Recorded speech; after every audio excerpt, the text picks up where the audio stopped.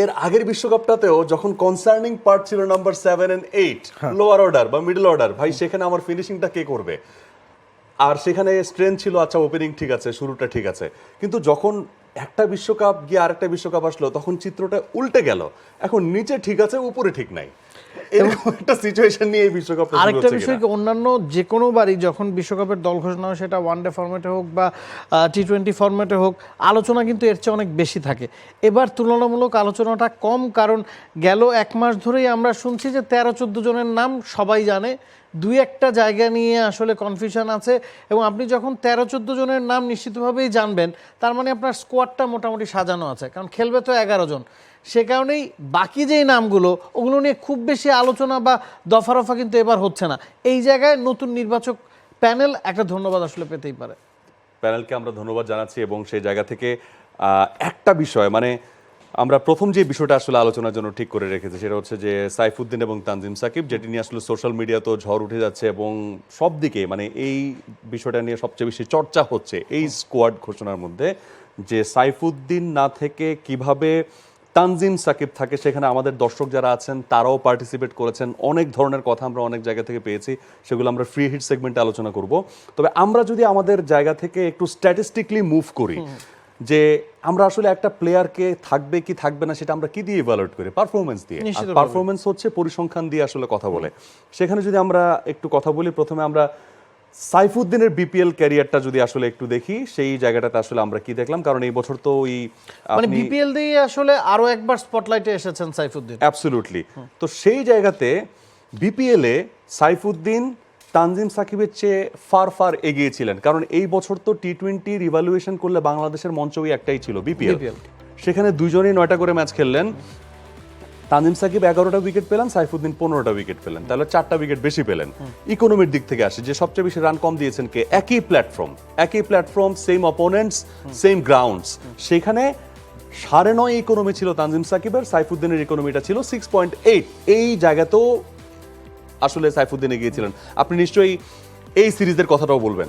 নিশ্চিতভাবে আমি একটু বিপিএল এর কথা যদি আসি, বিপিএল এ সাইফুদ্দিন যখন ইনজুরির পরে কামব্যাক করেছেন, তিনি কনসিস্টেন্টলি পারফর্ম করেছেন, সেটা ব্যাটিংয়ে বলুন বা বোলিংয়ে বলুন। এবং ইকোনমিটা নিশ্চিতভাবেই বিপিএলের, আপনি যদি মাপকাঠি ধরেন, বিপিএলে যে খুব বেশি রান হয় বা হয়েছে তা না, সেই তুলনায় আপনি 7-এর কম রান দিচ্ছেন, 6.81 ইকোনমিতে বল করছেন, সেটা আউটস্ট্যান্ডিং। তানজিম সাকিব সিলেটের হয়ে খেলেছেন, সেখানে তিনি সিলেটের দল থেকেও কিন্তু বাদ পড়েছিলেন, তার পারফরমেন্সের কারণেই আসলে তিনি বাদ পড়েছেন। তো ওই জায়গায় আমার কাছে মনে হয় যে তানজিম সাকিবের সাথে সাইফুদ্দিনের তুলনা করাটাও বোকামি, কারণ একজন ইনজুরি থেকে কামব্যাক করে নিজেকে আরও একবার প্রমাণ করেছেন, আরেকজন সিলেটের দল থেকেও আসলে বাদ পড়েছেন। আপনি যদি জিম্বাবুয়ে সিরিজের কথা বলেন, সেই জায়গায় আমরা এর আগের সিরিজটার সময় কথা ছিল যে সাইফুদ্দিনকে সুযোগ দেওয়া হলো না কেন, বলা হচ্ছিল যে তিনি ইনজুরি থেকে ফিরেছেন, আরেকটু সময় দেওয়া দরকার। জিম্বাবুয়ে সিরিজে পুরো সুযোগটাই তিনি পেয়েছেন। আমরা যদি স্ট্যাট দেখি, 4 ম্যাচে তিনি 8টা উইকেট পেয়েছেন, তার ইকোনমি 9-এর ওপরে, 9.3। অন্যদিকে তানজিম সাকিব 2টা ম্যাচ খেলেছেন, 1টা উইকেট পেয়েছেন, ইকোনমিটা 9-এর নিচে ছিল। এই জিম্বাবুয়ে সিরিজ দিয়ে কিন্তু আপনি খুব বেশি আসলে পার্থক্য টানতে পারবেন না। আমার কাছে যেটা পার্সোনালি মনে হয়েছে যে সাইফুদ্দিন ডেথ ওভারে বা স্লগ ওভারে যেই ধরনের ইন্টেন্ট নিয়ে বোলিং করেন বা যেই কাজটা তার উপর আসলে দিয়েছে টিম ম্যানেজমেন্ট, যেই জায়গাটায় তাকে পরখ করতে দেখা হয়েছিল, সেই জায়গাটায় তার কিছু ঘাটতি নিশ্চিতভাবে চোখে পড়ছে। এবং তার পেসটাও খুব বেশি জরুরি, যে পেসটা তার 140 অনেক কম, 130 থেকে 135-এর ওপরে কিন্তু গতিটা ওঠে না। সেটাও আমার কাছে মনে হয় নির্বাচক প্যানেল মাথায় রেখেছিল। শেষ ম্যাচে যখন জিম্বাবুয়ের সঙ্গে বাংলাদেশ ম্যাচটা হারলো, যে ম্যাচে তিনি 55 রান দিলেন, 1টা উইকেট যদিও পেয়েছেন, সেখানে স্লগ ওভারে এসে 1টা ওভারে 19 রান দেওয়া, তার আগের ওভারটাতে 13 রান দেওয়া, 2 ওভারে 32 রান দিয়ে দেওয়া, এই জায়গাটা আসলে যারা নির্বাচক রয়েছেন তাদেরকে কিছুটা স্ট্রাইক করেছে, যে এই সময়টাতে তো আমরা পারফরমেন্সটা একটু ডিফারেন্ট চাই। এবং শেষ 2 ম্যাচের ইন্টেন্সিটি নিয়ে কথা হয়েছে, নিবেদন নিয়ে কথা হয়েছে। সেই জায়গাতে সাইফুদ্দিন এবং তাসকিন একটা ফেভার পেতে পারতেন কিনা, এখানে একটা তর্ক থেকে যাবে। তর্কটা কি? যখন আপনি জানেন এই দুইটা প্লেয়ার আসলে ইনজুরি প্রোন, সেই জায়গাতে সিরিজ যখন বাংলাদেশ জিতে গেল চট্টগ্রামে, ঢাকায় যখন সিরিজ শিফট করলো, তখন সাইফুদ্দিন এবং তাসকিনকে খেলানোটা কতটুকু যৌক্তিক ছিল, সেই প্রশ্নটাও কিন্তু আমরা প্রেস কনফারেন্সে নির্বাচক মণ্ডলীর উদ্দেশ্যে আমরা ছুড়েছিলাম। সেখানে তারা কনভিন্সিং কোনো উত্তর দিতে পারেননি, বললেন যেটা হয়ে গেছে তখন করলে তো ভালোই হতো। ইট মিনস ঢাকায় আসলে এই দুজনকে খেলানোটা খুব একটা ঠিক হয়নি। এবং যেহেতু খেলেছেন এবং যেহেতু সামনে বিশ্বকাপও ছিল, সবকিছু বিবেচনায় সাইফুদ্দিন যদি শেষের 2 ম্যাচ গা বাঁচিয়ে খেলেনও, সেটা অনেকের কাছে জাস্টিফাইড মনে হয়েছে। কারণ আমি জানি আমি ইনজুরি প্রোন, আমি জিম্বাবুয়ের বিপক্ষে 5 ম্যাচ খেলার তো আমার দরকার নাই, সেখানে তো আমাকে 5 ম্যাচ খেলে প্রমাণ করার কিছু নাই। সেই জায়গাতে আমি যদি একটু গা বাঁচিয়ে খেলে, আমি যদি জানি আমার রাইট শোল্ডারে একটু ব্যথা আছে, আমি ডান দিকে ঝাঁপ দিব না। Very আমার simple. কাছে এখানে আরেকটা জিনিস মনে হচ্ছে যে আপনি যে কথাটা বললেন একেবারে রাইটলি সেড, যে তাসকিনের মতো সাইফুদ্দিনও কিন্তু ইনজুরি প্রোন। তাসকিন যদি ইনজুরিতে না পড়তেন এবং তাসকিনকে নিয়ে শেষ মুহূর্ত পর্যন্ত যদি অপেক্ষা করতে না হতো, তাহলে আমার কাছে মনে হয় যে সাইফুদ্দিন হয়তো সুযোগ পেয়ে যেতেন।